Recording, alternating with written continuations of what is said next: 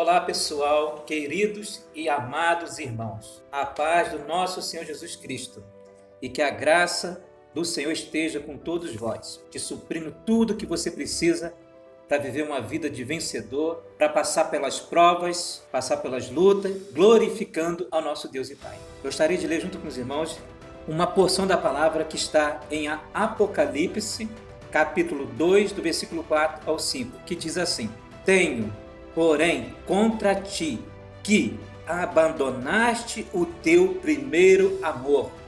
Lembra-te, pois, de onde caíste. Arrepende-te e pratica as primeiras obras. Senão, venho a ti e removerei do seu lugar o teu candelabro, a não ser que te arrependas.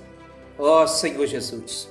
As palavras de Paulo em Efésios, capítulo 6, versículo 4, prenunciavam o problema que viria a surgir. O amor na igreja em Éfeso se esfriaria. Em Apocalipse 2, o Senhor diz à igreja em Éfeso que se arrependa.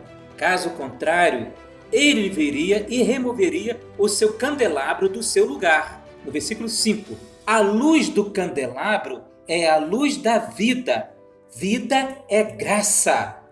E essa luz da vida seria removida pelo Senhor se a igreja em Éfeso abandonasse o seu primeiro amor. Isso indica que para manter a luz da vida, ou seja, graça, o primeiro amor tem de ser restaurado em nós. Esses versículos mostram o sentimento do Senhor para com os santos em Éfeso. Ele estava preocupado com o amor que eles tinham para com ele. É por isso que o apóstolo repetidamente usa a expressão em amor na sua epístola, e também por isso que na bênção final ele fala de a graça estar com todos aqueles que amam o Senhor Jesus Cristo em incorruptibilidade. No final da epístola aos Efésios, Paulo já estava detectando o esfriamento do amor daquela igreja que situava em Éfeso. Paulo dedicou muito tempo, muito pastoreio na vida daquela igreja, e ele conhecia aquela igreja no espírito, ele sabia da dificuldade daquela igreja. Na realidade, o próprio Senhor em Paulo que sabia dessa necessidade. Eles foram alertados, Paulo usa a expressão algumas vezes em amor, e a preocupação do homem de Deus, infelizmente, se concluiu mais para frente. Apocalipse, no capítulo 2, fala da igreja de Éfeso, de ter perdido o seu primeiro amor. O que Deus mais preza em cada um de nós é que o amemos fortemente com o seu amor. O amor dele capacita o nosso amor humano a ficar forte. Precisamos deixar Deus nos encher mais do seu amor. O amor dele nos aquece, nos tira toda a frieza, toda a mornidão, e nos faz estar com o espírito sempre fervoroso, uma chama acesa. Assim a luz da vida do nosso candelabro, da igreja aonde moramos, vai brilhar. E o Senhor vai ficar alegre com isso. Portanto, o primeiro mandamento é amar a Deus acima de todas as coisas, com toda a nossa força, entendimento, nosso coração, nosso sentimento, nossa emoção, nosso amor a Ele. Deus precisa estabelecer e conquistar o nosso ser mais para Ele. Assim, Ele vai ter primazia em nós. Uma igreja onde o Senhor tem primazia, ela sobressai. É uma igreja poderosa.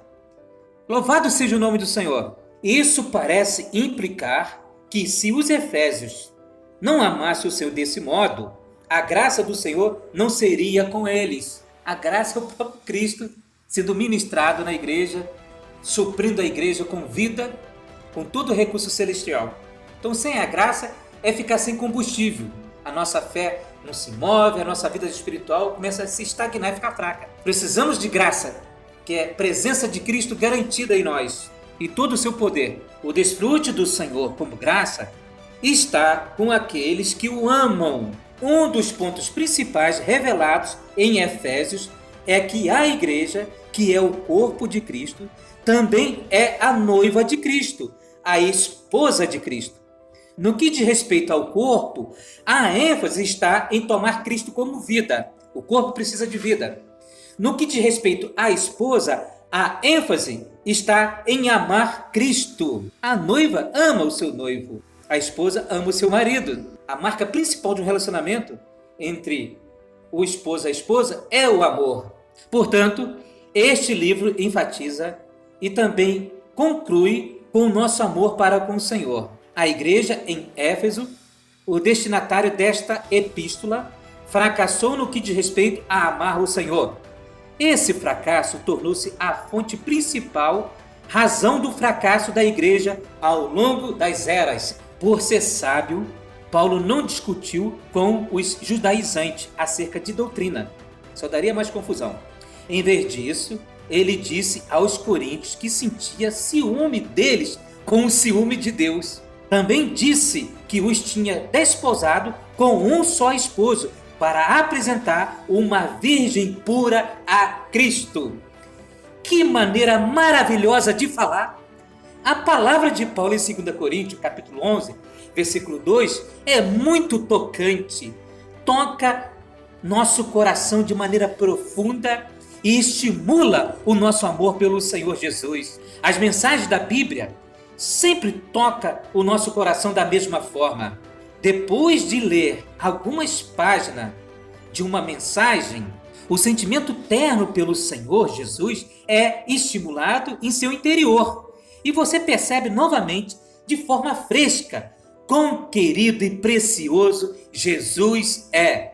Entretanto, às vezes sua mente teológica e doutrinária pode ficar perturbada e levantar dúvidas sobre alguns assuntos importantes. Você pode pensar, não será modalismo? Mas depois de ler um trecho da Bíblia Sagrada, com coração sensível ao Senhor, você novamente começa a sentir que, como noivo, o Senhor Jesus é amável e precioso.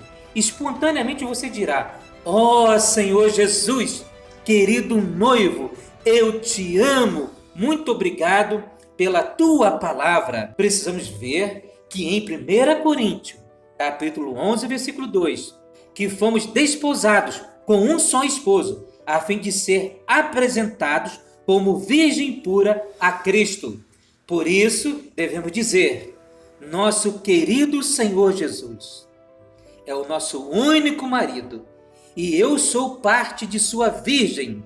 Não me importo com doutrina ou teologia, só me importo unicamente com Cristo. Ele é agradável e querido, a quem eu amo. Se tem uma coisa na nossa vida espiritual, fundamentalmente na nossa vida cristã, que todos os dias precisa ser avivado, precisa ser conquistado em nós, precisa ser fresco, precisa ser renovado, é o nosso amor genuíno ao nosso querido Senhor. Às vezes nós estamos preocupados com tantas coisas, tanta doutrina, tanto conhecimento, tanto em fazer coisas e esquecemos da coisa mais importante, é o amor. O amor, ele é insubstituível, nada pode ocupar o lugar do amor de Deus no nosso coração, pois quando nós temos o amor de Deus, significa que o próprio Deus está habitando mais o nosso ser. Porque Deus é amor, Deus é luz. Então são lições preciosas. É a principal lição que todos os cristãos precisam aprender em primeiro lugar. Ó, que Deus tenha misericórdia da nossa vida. Que o nosso amor possa crescer fortemente. Que a única coisa que possa estar nos atraindo e nos fazendo buscar o Senhor seja o nosso amor por Ele. Seja pelo fato de amarmos o Senhor e assim ver quanto Ele é querido, amável e precioso. O quanto Ele significa para nós. Ó Deus da glória, conquista todo o nosso ser para Ti, o nosso coração. Restaura o primeiro amor na vida de todos os irmãos que estão recebendo essa palavra. Louvado seja o nome do Senhor. Deus abençoe a todos. Um bom desfrute da palavra de Deus na sua vida. Muita graça, muita presença de Cristo na sua vida, na sua família, no seu dia a dia. Fica com Deus, queridos irmãos. Até a próxima.